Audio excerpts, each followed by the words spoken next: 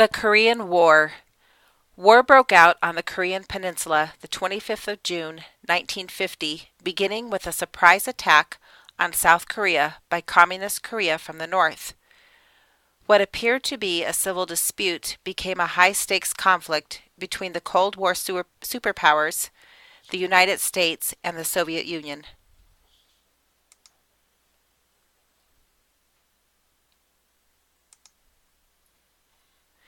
Several political theories could apply as motivation and cause for the Korean War.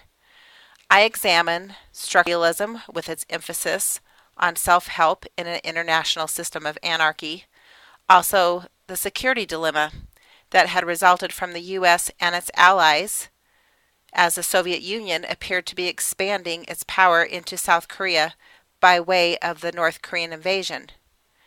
The domino theory also could apply. If South Korea fell to communism, a domino effect could take place in the region with other countries also falling to communism. Traditional realism believes the world operates on a continuous struggle for power.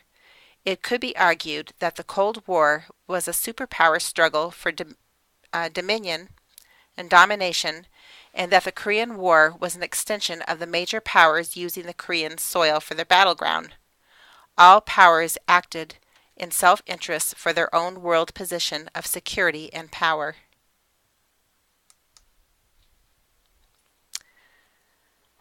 We could also look at the individual levels with the different players involved. Did the major policymakers have any effect on the war? Did President Truman feel it could make him look good to the American people as a president who was not soft on communism? Because he had been accused at that time of being soft on communism. There was the communist scare going on in the United States at the time. The prospect theory explains why America and the United Nations overlooked the many intelligence sources warning of China entering the war if they advance past the 38th parallel into North Korea. Possibly they felt that if they failed to push north, they would lose the chance to reunite Korea. The Soviets could have also felt that this was an opportune time for war, and if they didn't do it at that time, then Japan could possibly regain its strength.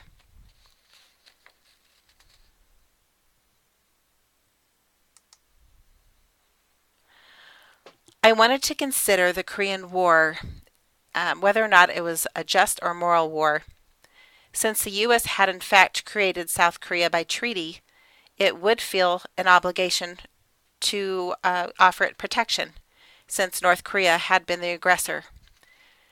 America did gain United Nations approval for involvement in this conflict, so that also is a good indication that its motives were on target, that it wasn't just looking out for its own self-interest or power.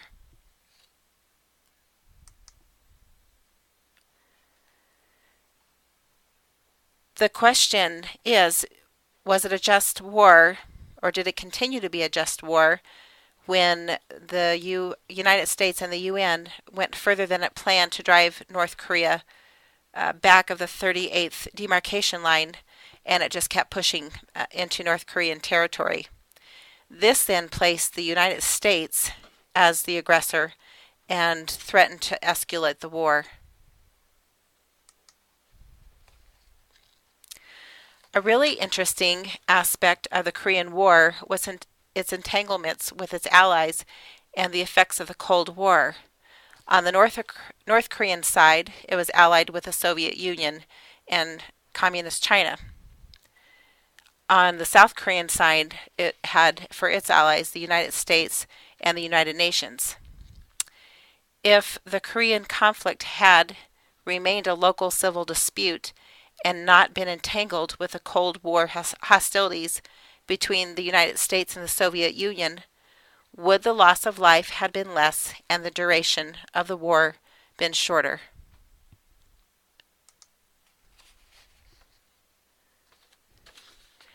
The United States and the Soviet Union did their best to keep the conflict limited to the Korean Peninsula and not expand beyond its borders.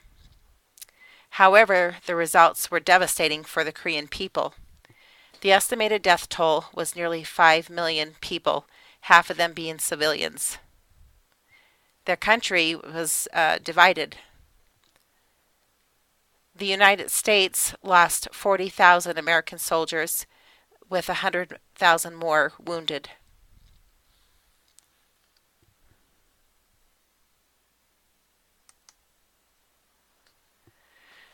The Korean War is not as well studied as